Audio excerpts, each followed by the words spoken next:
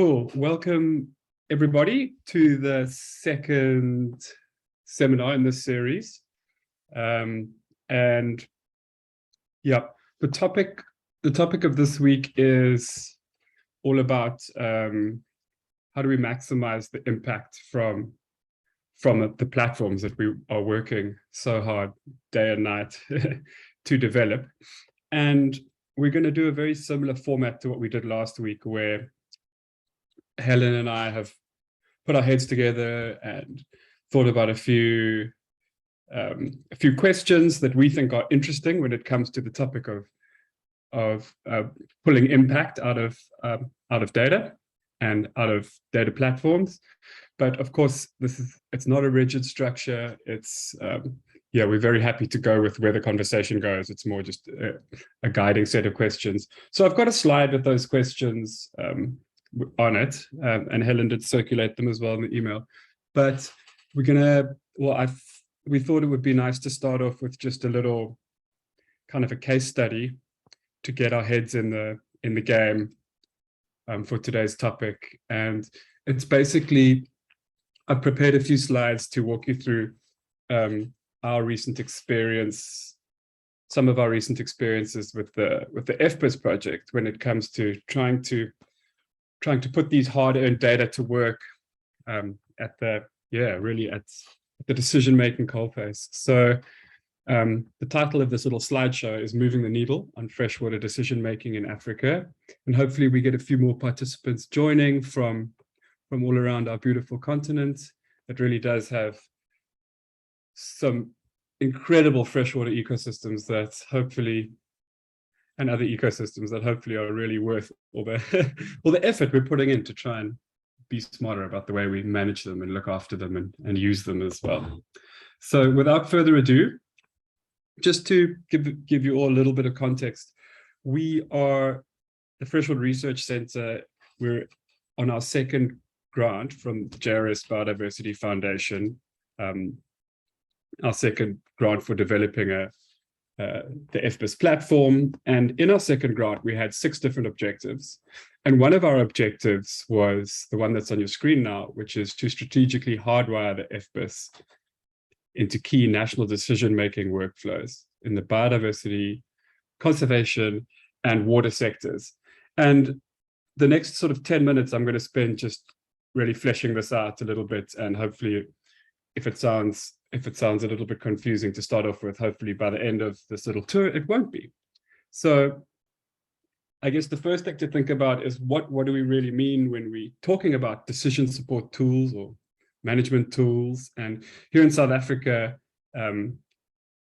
we have a few that are fairly obvious, high level conservation and management tools. And then there are obviously a few more subtle ones as well. But when we had to think quite deeply about this in preparing our proposal, these are some of the ones that we came up with through chatting amongst ourselves and also with some of our project partners. But we have a national biodiversity assessment, which is just every 5 years we take stock of trends in biodiversity, the national scale, and that's run by the South African Institute. The South African National Biodiversity Institute. And another big one is red listing of species. This happens both globally by the IUCN, but also nationally, which is also run by SANBI. And this is just another tool that's really used to keep taking stock of what's going on with our biodiversity and to hopefully use that information to make smarter decisions. There are then 2 monitoring and management programs, one focused on ecosystem status and another focused on climate change monitoring, that are run by the Department of Water and Sanitation that we identified as important. And the final one is a relatively newer tool, but it's quite an exciting one, which is called the EIA screening tool. So EIA stands for Environmental Impact Assessments, and DFFE is in South Africa, it's our Department of Fisheries, Forestry, and the Environment, and that's a national government department that's charged with looking after these systems and resources.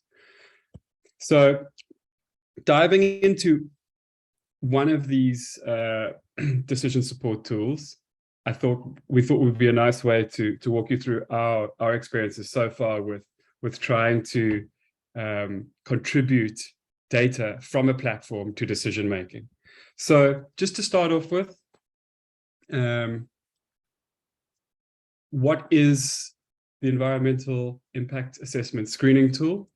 Well, it's essentially just a web application that uses either empirical data or modeled biodiversity data for threatened species, and it's used to guide environmental impact assessments of proposed developments. It's an online application that's hosted on the website of the Department of Forestry, Fisheries and the Environment, and it looks something like this. If you go to that web page, and environmental impact assessments are a process that have in the past been quite heavily criticized for not really being adequately transparent and robust, and really not being data-driven enough. So this tool really looks to address that problem, and it centers around biodiversity sensitivity layers, which are used to identify either no-go zones for future developments, or to trigger appropriate impact assessments and requirements. So just to basically try and make the EIA process a bit more robust, a bit more transparent, and a bit more regulated and data-driven. So quite an exciting tool in the EIA space. And this presented an opportunity for the Freshwater Biodiversity Information System, the platform that we at FRC with our partners have been developing, to contribute the first sort of freshwater species layers into the tool, which is quite exciting, quite an exciting step towards reducing development-linked impacts on our threatened biodiversity in this part of the world and the habitats that support the biodiversity. All right, so what did this involve?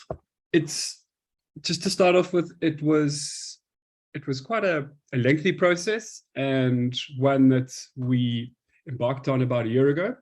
And it had a few twists and turns, but ultimately I think quite an interesting journey. And I've sort of tried to summarize it here in a bit of a flow chart for you guys to see.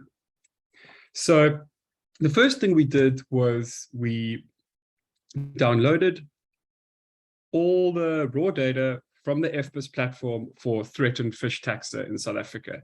So you may not all be aware, but we, in the first phase of the project to develop the Freshwater Biodiversity Information System, we spent quite a lot of time, I guess, and money really doing a big data collation exercise, which took a few years. And that was just bringing together biodiversity occurrence data records from all different kinds of sources, ranging from scientific publications through to big data sets sitting on people's personal machines, and even bringing in data from online platforms that we could interoperate with, for example, the Global Biodiversity Information Facility, GBIF. So this is really a mix of all the data that we could essentially get our hands on after about 3 years of trying pretty hard. And it was quite satisfying at the click of a button to be able to just download 7,000 odd records. But I must point out that although the data that we collated from scientific reports, for example, and scientific papers were checked quite thoroughly before bringing them into the FBIS platform, the data that we're bringing from other sources like GBIF, we know that that those data sets are not perfect, and there are issues with them. We found multiple instances of freshwater taxa being found all the way out far out at sea, for example. And so it wouldn't really have worked to just take these data and download it from the FBIS platform and use them to just straight away create biodiversity sensitivity layers and pop those into this exciting new screening tool. Instead, what we needed to do was a data quality checking step. So we contacted experts on freshwater fishes from around the country. And we spent several months basically setting up Zoom calls with these experts and going through the data points, literally point by point, to make sure that every data point we were including is one that looked reasonable and that could essentially be trusted. And at the end of that process, and we had focus sessions for each of the 34 threatened freshwater fish taxa that we focused on in South Africa. And we ended up with a slightly lower number of data records. But behind the scenes, what was actually happening here is the number of records that were found to be erroneous were, I think, closer to about 1,000, somewhere between 500 and 1,000 records that were just not, that didn't pass the expert quality checking. But in the process of meeting with these experts, they also identified other data sets that weren't yet in the FBIS platform. And so what was quite cool is we were able to actually boost the data sets for several of these threatened species and ended up with this finalized data set of just shy of 7,000 records that had been quality checked and were basically higher quality data than what we started with. And then the next step in the journey was we realized how much sort of time and effort had gone into these data quality checking exercises, and we really didn't want to lose that effort.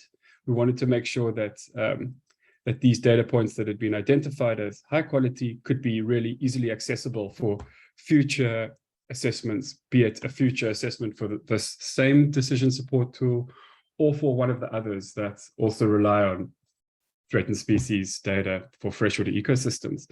So what we did was, it sounds elaborate, we developed what we call a decision support tool flagger on FBIS, but essentially what it is just adding a little label to all of these data points that the experts had given the thumbs up to, and including that as a filter on the FBIS platform. So making it really, really easy to, down the line, just download just those data at the click of a button and not have to wade through the erroneous ones every single time. So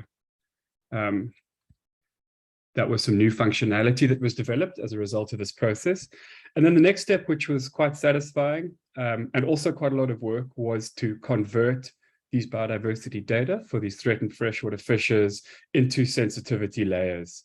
And I'm going to spare you the details here because they are a little bit gory, but essentially there are three different kinds of sensitivity layers, or three different levels.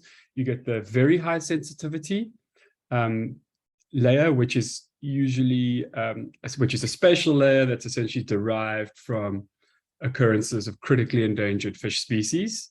And that is the sort of highest red flag layer for environmental impact assessments. And that is essentially the strongest motivation to not develop in an area, right the way through to high sensitivity and medium sensitivity layers.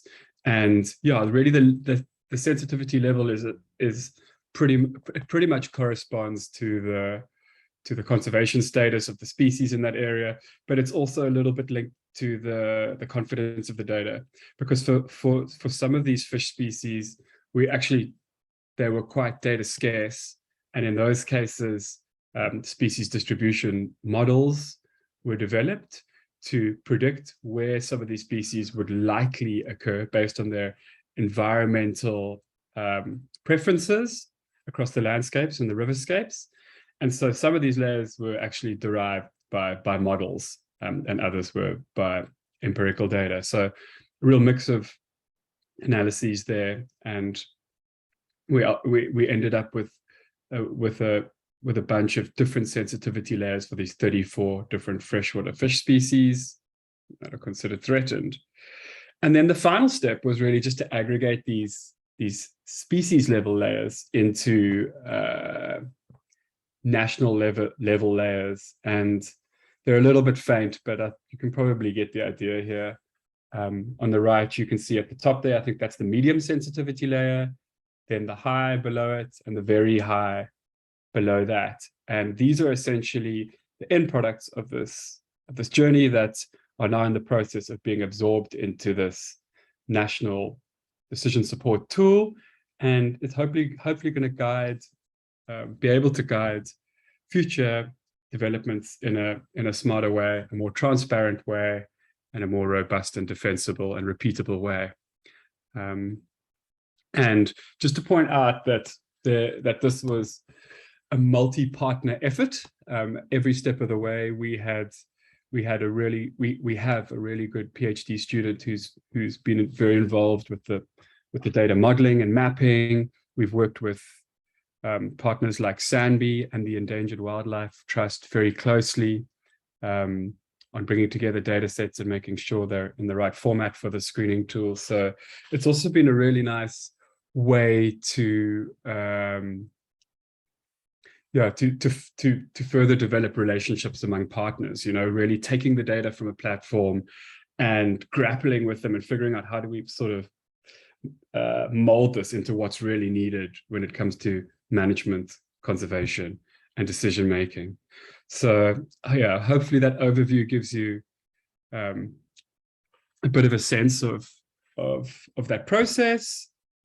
And yeah, so now that's sort of it from me in terms of the short presentation and the case study of the screening tool.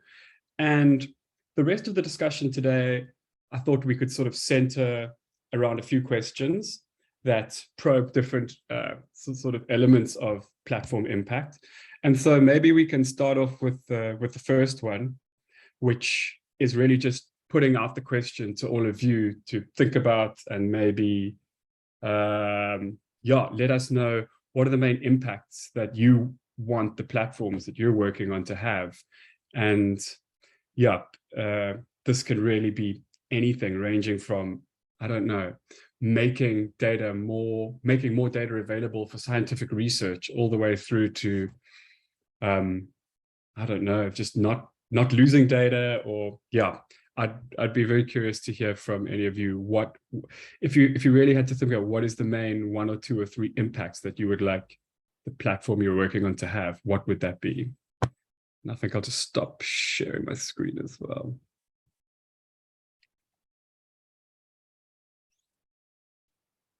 Cool. And yeah.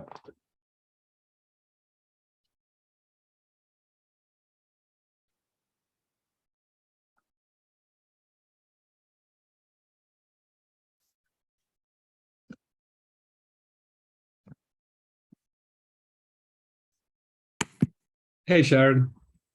In the gap of silence, I'll just jump in. But I think you do. Thank you. You have a pretty good understanding of how we're trying to use that data through inwards for the local systems. And I suppose just putting it in very practical terms, for water resources managers at the moment working at the CMA specifically, the Incomarshi CMA, they're now tasked, they've been delegated the responsibility of water use license applications and monitoring those. And they really struggle to include freshwater biodiversity data in that kind of basket of data, and to turn that around fast enough. I don't know if you know, but the WULAs, or the water use license applications, are being fast-tracked now because of all the complaints. And they're really under pressure now to turn that around. And I think it's now 31 days between receiving an application and approving or not that application. And so having these data at hand rather than the grey literature is absolutely essential. Otherwise, the biodiversity considerations don't even get taken into account. And then the second thing is exactly what you were mentioning now as part of the EIA process. And I think, like you, we've been finding that the freshwater biodiversity information is not being considered adequately in these EIA processes, and kind of takes you by surprise sometime down the line when it hasn't been considered. But then, in fairness, what people are saying is we really just struggle to access the data. So I think that's in summary at these water use license applications and then the EIAs. Obviously then for the longer term status monitoring and compliance monitoring with the class of the catchment, which we have in South Africa. I don't know how many foreigners are on the call, but we classify our catchments in terms of their condition, and part of that process is linked to freshwater biodiversity importance. We also developed a tool called the CBA mapping tool, but that was for land use planning, spatial planners. And I just keep thinking about the importance of making the links between this and that tool. For municipalities when they're trying to zone areas. And again, they really struggle to include freshwater biodiversity data. Yeah. Cool, thanks, Sharon. Just before we go on to Nancy, I think it might be nice just to explain like what water use licenses, like what they are to people from outside South Africa, and what's been going wrong there. And I think it'd be interesting like to know what kinds of data that you guys are working on to make more readily available for that process, for those applications. Sure. I mean, I can give a very quick 101 overview. So, what you would do in a catchment is look at what water resources are available. You do a water balance, which should have been done, and reconcile how much water is available. That's obviously a modeling process. And then how much is being used, and are we in deficit or is there some surplus? But it's a bit more complex than that, because as you start issuing water use licenses, you also have to think of the impacts on the reserve, which in South Africa is this water that has to be left behind in the river or whatever the water ecosystem is. And then you've got to go through this complex. It really is a complex decision-making process of saying, if I give this water allocation to Jeremy, what are going to be the impacts downstream on water availability, but then also on water quality, because you're reducing the assimilative capacity. Some of the water use license might include a discharge effluent into the river. So there are water quality issues. There's also community rights downstream to a certain quality of water. And then in countries that are shared water resources, for example, like Mozambique or Eswatini, it's also what are those impacts going to be downstream?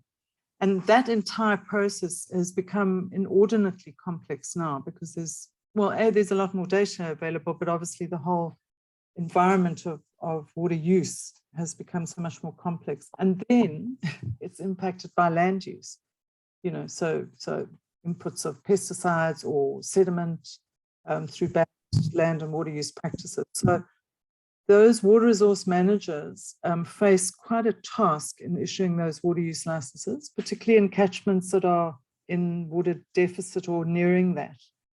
And then one of the pieces of information is obviously under South African legislation is thinking about freshwater areas and freshwater importance, and particularly these critical biodiversity areas. And that's the component that also has been forgotten. So what we have happening is a kind of simplified version where the poor old manager just, says based on the best available data, I'm going to issue this license. And 5 years down the line, we find the impacts were quite unexpected. That's a fair enough summary. So a lot of the work we're doing, meaning us as partners, is trying to support that process.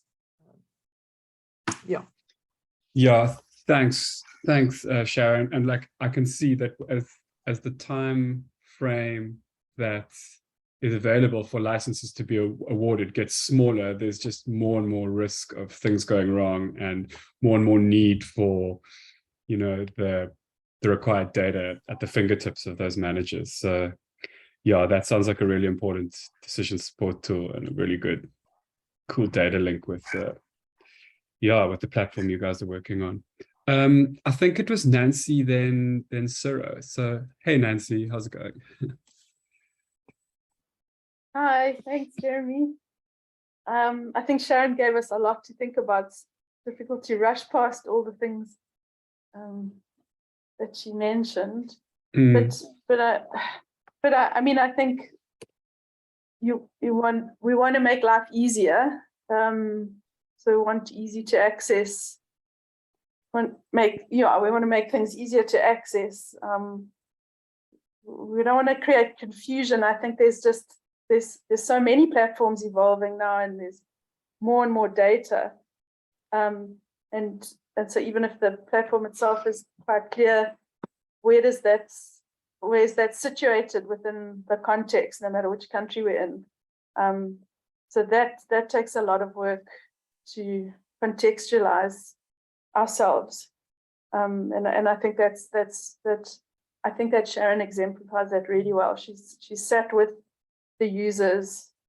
She's walked that whole road with them. I really love the process that Sharon has followed, so that it's embedded in the process, and that's ticking those boxes of making life easier, not creating a new external process.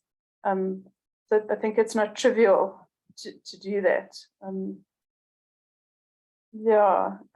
So I think it's it's about building with the user and fitting into those processes, and building those bridges. So once we understand what the user needs, it's building a bit of a bridge between the information and the user, which the platform itself does do. But there's quite a few steps in that. And then I guess it's about bringing more info. So it's expanding our knowledge about, so the user's knowledge, like a package of a way to expand our knowledge. It's educational, but ultimately our purpose is, are we making a difference with that impact on the ground, these ecosystems that we care about, or these species? That's the tricky thing to put our hand on. So all of those things. Sorry for the Thanks. ramble. No, thanks, Nancy. And I'm curious, in terms of the birdie project that you guys are obviously working on at Sandby, what would you say is the main impact that you hope for that platform to have? Well, I think we've got as long a list as Sharon, so we've got many dreams for the impact. Yeah. But I think, some of the things that I have said, there's always many players in the field. It's to acknowledge all those players and place them so that it's not seen as a new thing, but it's just a tool that fits in to the process. So I've had many projects working with municipalities and others, and it's like hours of sitting with them, understanding what they do, and they're not coming up with something new, but just an improved tool. And I do think that's what Sharon's doing, and that's what we also want to do. So it's understanding those processes, finding the flow of information, and just improving that flow. It's finding, because there's that story about watch where people walk before you build your path or your bridge. So it's kind of figuring out what people are doing at the moment, what their capacities are, and then building the bridge in the right place by understanding where the bridge is needed. Going on a bit of a ramble today. No, we're very very open to metaphors. Investing a lot in understanding the context, I think. And then the other part is we're looking at the data, and we're figuring out, I'd like to see that we're figuring out the weaknesses in the data. So we've got like one of the best possible data sets in the country. It's one of our biggest data sets.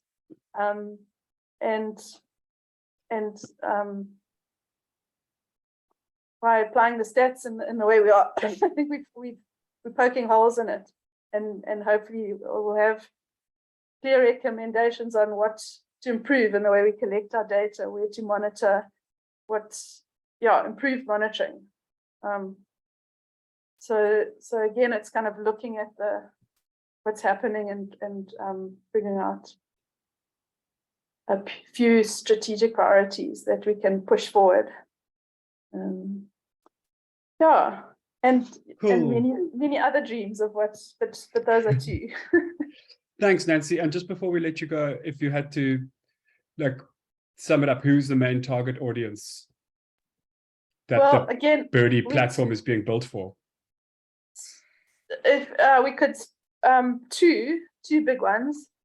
So as is our current work, we are an entity of environmental affairs. So we're working on behalf of environmental affairs, and we're wanting to support their processes and strengthen their processes. The screening tool being one of the ones that we've been instrumental in. The Ramsar report. So our multilateral environmental agreements. So Ramsar, migratory birds, all of those international reporting and national reporting. So that's our big reporting mandates of the country, and then our general birders and our local site managers, which is quite a different group of needs, but they equally use the data set, and so we're looking at both of those. Yeah. Okay, so yeah, also a sort of like diverse target audience with multiple, different kinds of outputs and working to satisfy multiple different kinds of needs. Like I think it's the case for quite a few of the platforms. Thanks, Nancy. Ciro, welcome. Hi, Jeremy, many thanks for the very nice presentation.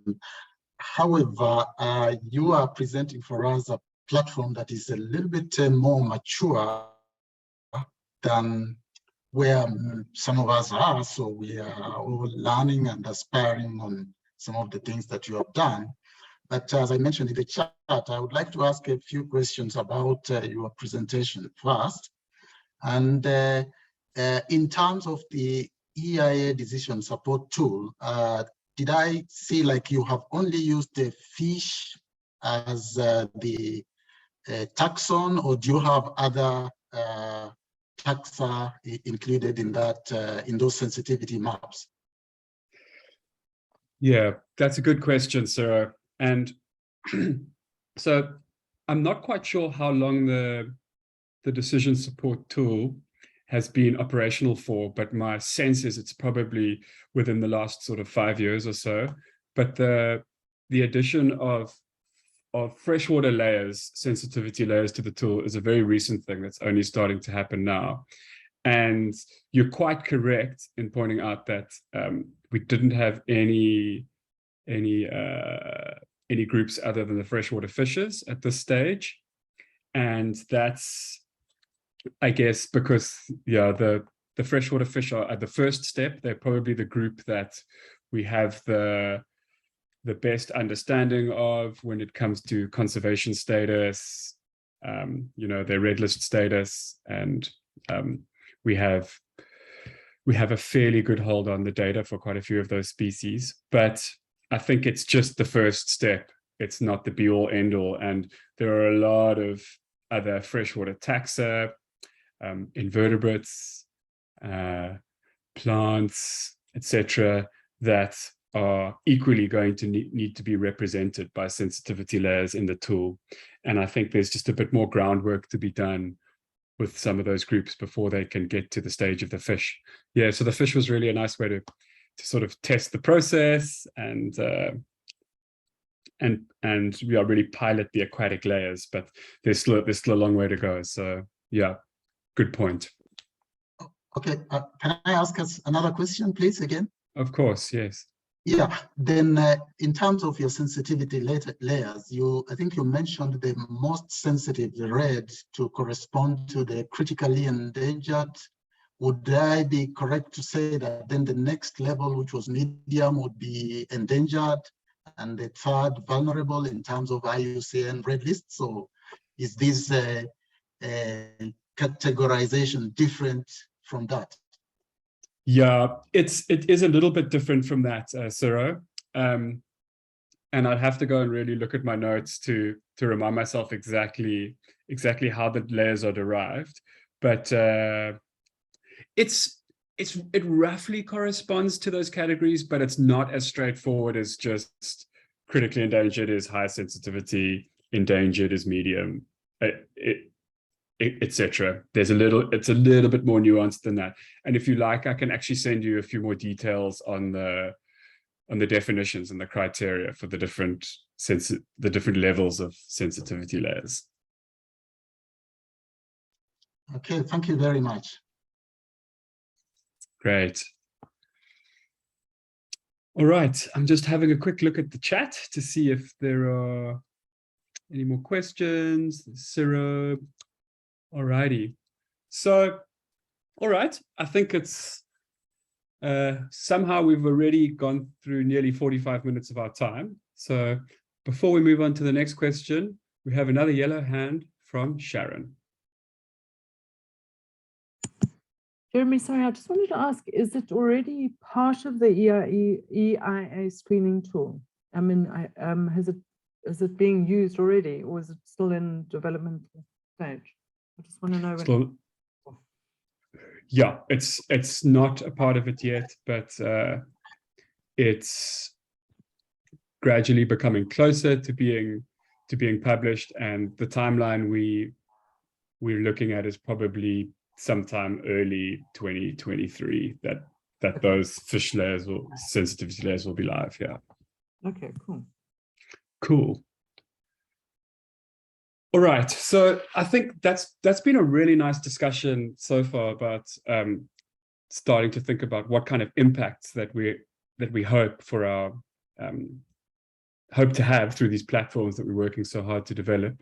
But I guess what's really important to achieving these impacts, you know, for example, what Sharon was explaining, how, you know, making the water use license procedure operate more smoothly and more reliably. You know, what is it that we, as the people who are working on these systems, have to do to the data to make sure that they are going to be as usable as possible by these systems? You know, is it always a case of just producing or providing raw data, or are there specific kinds of data products that we are focusing on or should be thinking about focusing on with our platforms? And I'd be curious to know if anybody's got any thoughts or experiences with ways that they've sort of packaged or produced their data for a specific purpose, beyond just downloading or sharing the raw data from a platform.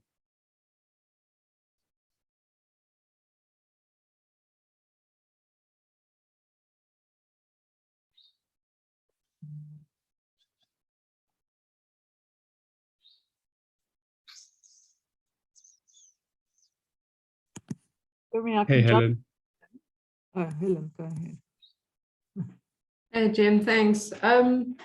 So, I mean, I think the products, obviously, I mean, the idea behind making the most out of the data is really, like you said, key is working with those who are going to use it. And if I think back, I've had a long history with the River Health Program, and we had these state of river reports, you know, which were very visual and were very good in products to kind of communicate quite an intricate level of details, but in a simple way and quite a visual way. And so, I mean, I think working backwards from the people that need specific reporting needs is really how we take each focal point forward, like in this case, the EIA. And very closely linked to that is the critical importance of training and capacitating the individuals, like the water resource managers Sharon was mentioning, you know, making them aware of FBIS and how it can hopefully improve access to data and in an easy way so that they can make better decisions. So yeah, training is just, as you were talking through it, that kept popping into my head as we need to outreach and training, and again, get get the knowledge about the systems, whatever platform you're working on, you know, the end users involved, and figure out their needs, but not just in general terms, in very specific, like state of the rivers reports or eco status, etc., etc.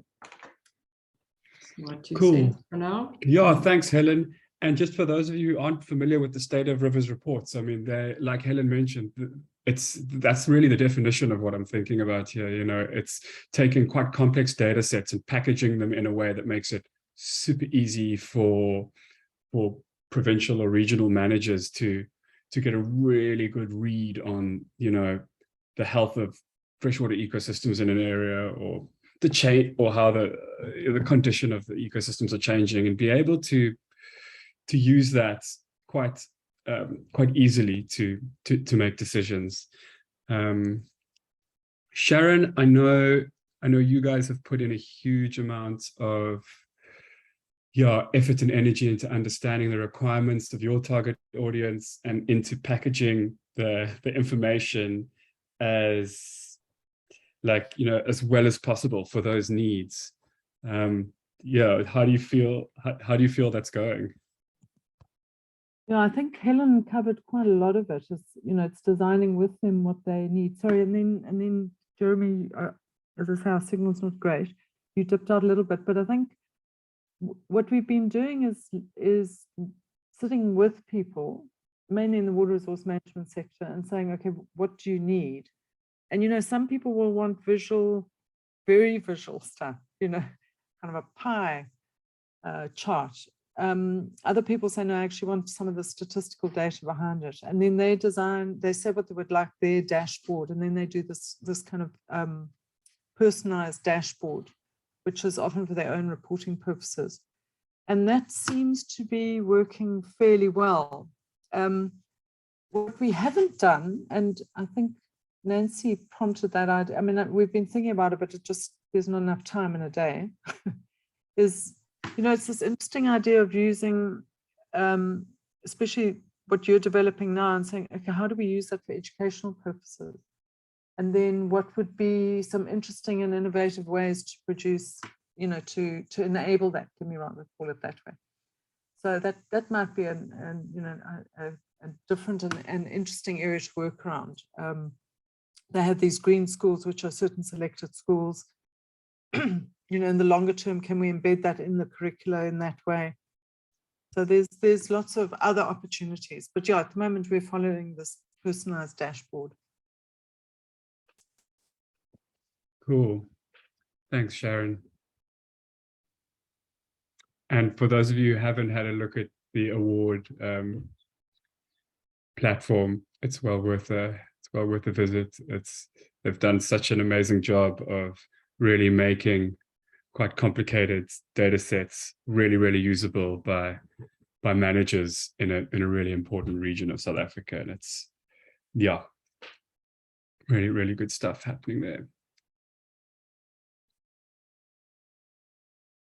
All right, so just to sort of recap a little bit, I mean, some of the main things that I've felt have been coming through, and there's definitely some overlap with the first session, and I'm sure there'll be some overlap with the upcoming sessions as well. But it's before we develop particular ways of packaging data and sharing data, it's really important to identify who the target audience is for the platform, and like very detailed and like a solid understanding of what the needs are for that user, be it an actual, you know, institution or a very specific decision support tool, and then to work to make those data as easy to use as possible, which I think is, yeah, can't be overstated enough when it comes to developing these platforms. So, all right, I think, Ciro? Just a question again. As I said, your platforms are a little bit more mature platforms. How much of your products are being developed to answer the needs of the users now, and how many or how much are you spending on the platform developing products anticipating users. So you are thinking ahead of the users. They don't want it now, but from what your research, you know it will be required. Whereas the opposite is that they want it now and they're asking for it, so you are trying to fulfill that need. Yeah, it's a good point, sir. A good question. I mean, if I think about from our perspective of developing the FBIS platform, I think our initial motivation was to really make sure that we don't lose track of long-term data sets, because it's been shown time and again the value of long-term data and understanding trends in ecosystems and biodiversity. And if you don't have good baseline data, if you don't look after the historical stuff, your context for interpreting the stuff we're collecting now is never going to be as strong. And so I think from our experience, we initially developed the FBIS platform with the number one goal of being able to track long-term change in freshwater biodiversity, just a few groups to start off with. The initial focus was really just on fish and invertebrates. It's broadened out a little bit in the last couple of years, but yeah, before we were really even focusing on packaging data sets specifically for any decision tools, that was a focus. And I think so. I guess the answer to your question is, in my opinion, that's a really important, like, foundational element to probably all of our platforms, is to think beyond the immediate data needs and packaging, and to make sure that we're also archiving and cataloging and looking after data in such a way that it's going to facilitate tracking longer term trends in these data sets. A good probing question, Sarah. Thank you for that one. Nancy, a response to that, perhaps? Yeah, I mean, I think it's a really critical question, and for me, it underscores what I really like about this discussion series, and as projects that we're coming together, and to recognize that this has been a really an injection of funding, which is quite, yeah, it's quite a special injection of funding, which is there are other platforms. So firstly, to acknowledge the other platforms in the country that are functioning, find our place with them, and work as colleagues to ensure that this investment is sustained. So it's picking up on those questions about curating the data, etc. There's a few other platforms that are also coming along, as the country already has some, and just to celebrate that and be careful about that, and work together to support that this investment is linked and can carry forward. I'm not sure if I'm articulating it as well as I could, but yeah, I hope that I got the point in general across. Maybe Sharon can help me articulate it better. Thanks. Yeah, no, thanks, Nancy. I mean, for me, what you're saying is just, it's such an important aspect, probably, of all of the projects that we're working on, and it's also one of the points that stood out to Helen and I when we were going through the recordings of the discussions from the previous series. And it's really this topic of synergies between platforms that stood out really strongly. So much so that I'm not sure if it's next week or the week after or the week after that, but we've dedicated a whole one of these sessions to exactly that, to figuring out how to optimize the way we work together. Because like you say, being aware of the other platforms operating in the biodiversity space and working constructively and complementarily is a very worthwhile thing to spend time on. And so I'm sure you'll be pleased to hear we're going to have a whole session on that. But I'm so glad you raised that point, because I couldn't agree more.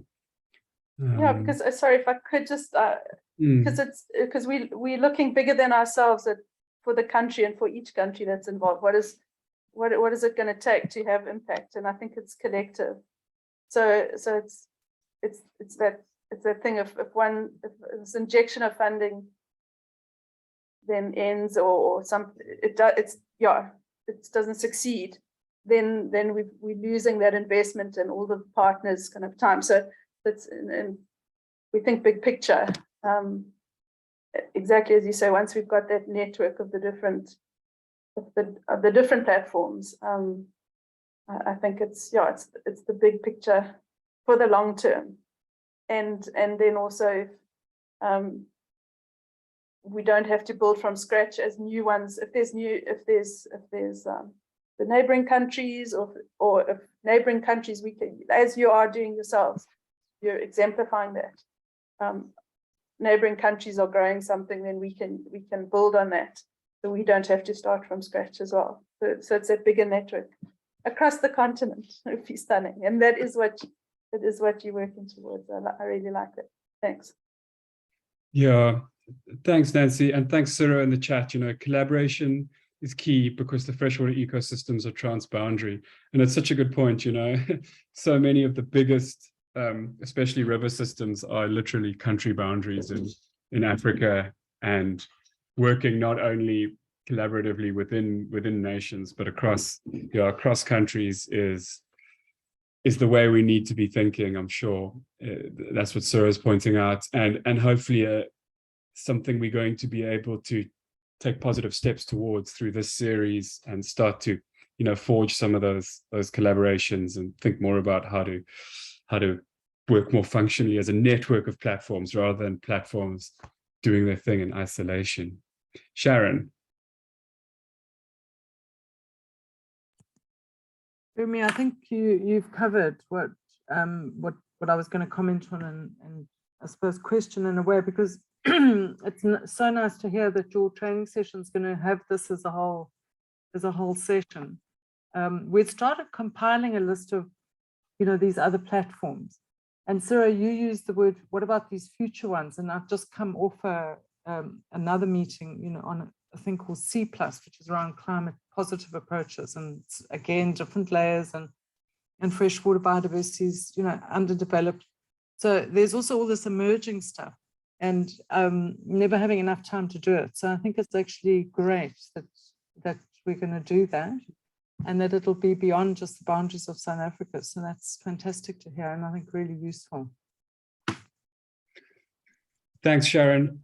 Tim, thanks for joining. I see you got to go to another call, and I do see that we're getting towards approaching the end of our slot, and I'm mindful of the time and that probably people have other meetings.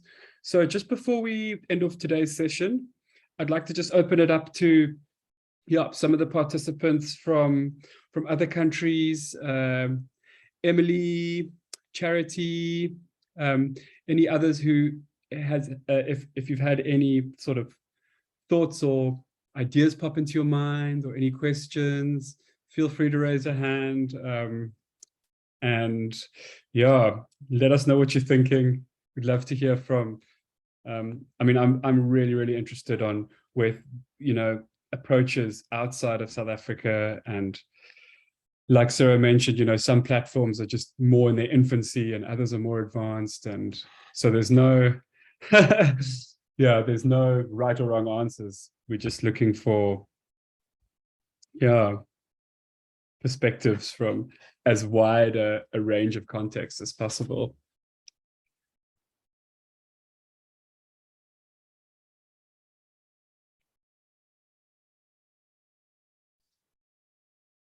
Okie dokes.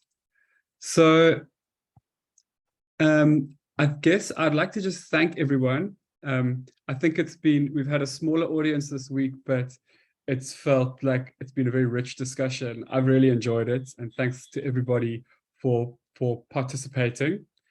And yeah, just to sort of wet your whistles for what I think is the topic for the next session. Today we've spoken a lot about how do we gear ourselves to and gear our platforms to identify what kind of impacts we'd like our platforms to have, and how do we work towards having those impacts. And I think the next topic we're going to be chatting about is how do we actually track that impact? How can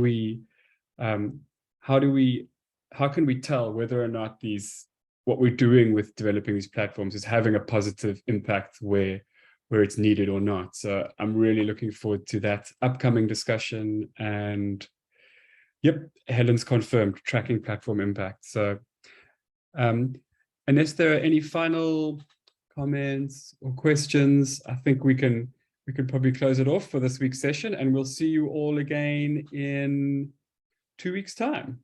And thank you. Yeah, thanks again, everyone, for your time and your insights. Really enjoyed it. Thanks so much. Bye. Bye. Thanks, Jeremy. Cheers, Bye, Matthew. everyone. Thanks, everyone. Cheers, Sarah. Cheers. Greta, I hope you're getting some good insight here. Hey, yes, Helen. Hey, hi. Okay, thank you. Bye. You're welcome. Bye. Bye. Cheers, Javier. Alrighty, cool.